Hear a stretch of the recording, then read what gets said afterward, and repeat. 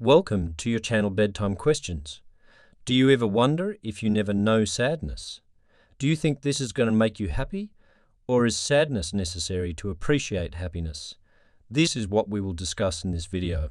Are you ready to dive into this exciting topic?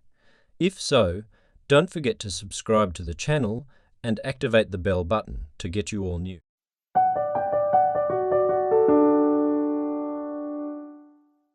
Grief is a negative emotion that we have when faced with loss, calamity, injustice, or disappointment. Grief causes suffering, pain, weakness, despair, and depression. So some might think that life would be better if we had never felt sad. But is that true?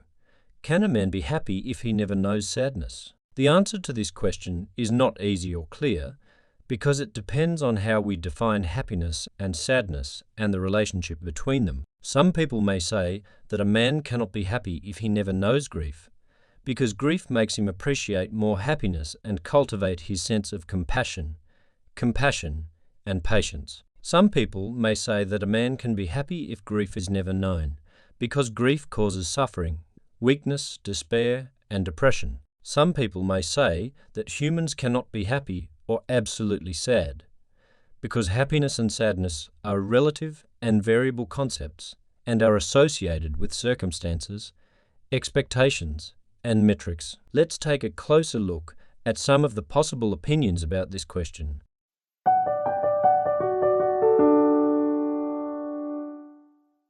First opinion: man cannot be happy if grief is never known. This view is based on the idea that grief is an integral part of life and humanity, and that it plays an important role in shaping our character, feelings, and values. From the point of view of this view, sadness is not a negative thing or an enemy that must be avoided. It is a rich and useful experience that must be confronted, accepted, and learned from.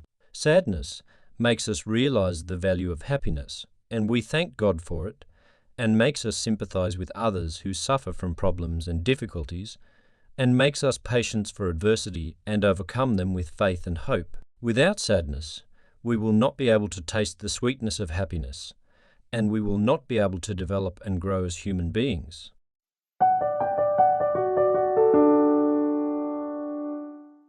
Second opinion: man can be happy if sadness is never known. This view is based on the idea that grief is a hindrance and a problem that must be solved or transcends, and that it prevents us from enjoying life and achieving our goals and ambitions.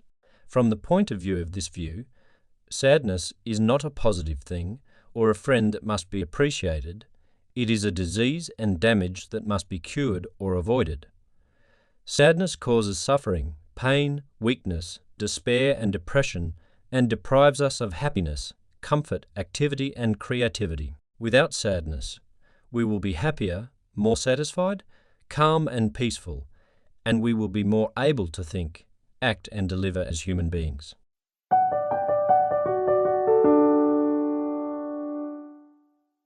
Third opinion: man cannot be happy or absolutely sad. This view is based on the idea that happiness and sadness are relative and variable concepts and are associated with circumstances, expectations, and measurements, and that there is no single or constant standard for their priest or determination.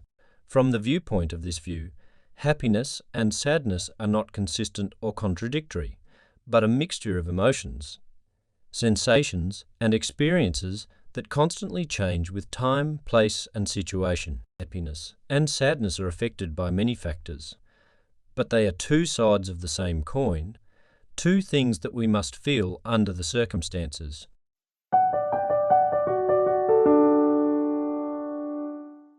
The fourth opinion: a person can choose between happiness and sadness.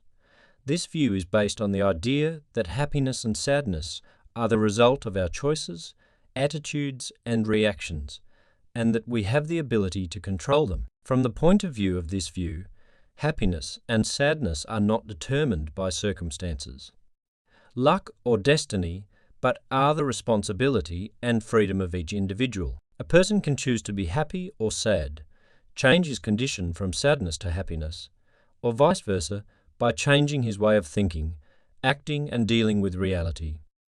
A person can use sadness as a motivation for change and improvement, and use happiness as a goal and reward. Here are some possible opinions on this question. Do you find yourself agreeing with one or disagreeing with all of them? Do you have another opinion or a combination of opinions? I'd like to hear your opinion in the comments below. Thank you for watching this video. If you like it, don't forget to like, share, subscribe to the channel and activate the bell button to receive everything new, as well as watch previous videos. And now, good night.